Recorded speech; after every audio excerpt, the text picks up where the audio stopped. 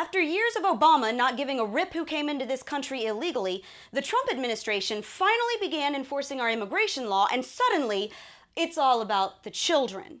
Yeah, the left just got real compassionate real quick. So okay, let's talk about helping children, and let's talk about when they matter and when they don't.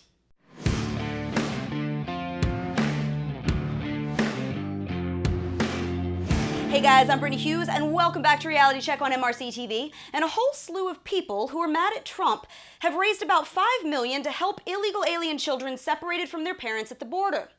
They don't really know what they're going to use the money for yet, but hey, they've raised it. And you know what? They did it almost overnight. So okay, if this is really all about having compassion for kids in need, here are some others that you might not know about. Glad you asked. A 12-year-old little girl named Shania Flynn was shot to death in Chicago last weekend after coming down from Michigan to visit her dad. She was a cheerleader, she played soccer, and she would have turned 13 next month. And all she was doing was standing in a park when she was hit in the neck by a bullet from a random drive-by shooting.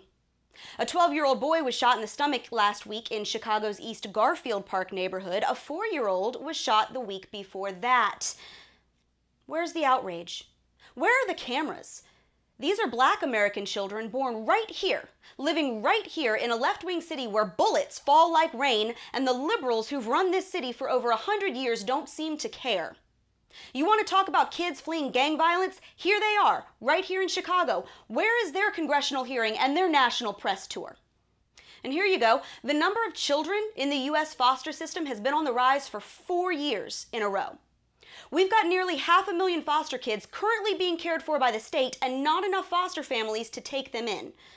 About 92,000 of these kids were forcibly taken from their parents because their parents were hooked on drugs. Where were the multi-million-dollar campaigns to benefit them? If this is really about compassion for children who have been ripped away from their parents, here are some. They've been right here for years, and we cannot find enough volunteers to take them. And check this out. More than 3,500 sex trafficking cases were reported to the National Human Trafficking Resource Center last year alone, and those are just the ones that we know about. The International Labor Organization estimates that 1.2 million children are trafficked each year around the world, and that the United States is one of the top destinations for child sex slavery on the planet, and it's fueled by an open border policy. Where's the media outrage? Is this not worth losing our minds over? See, it's interesting when the children matter and when they don't. They didn't matter when Obama was holding them in the same exact detention facilities along the border with the same razor wire and the same chain link fencing and the same padlocks and concrete floors. But suddenly, oh, now it's all about the kids because we can use them to make Donald Trump look like a heartless bigot.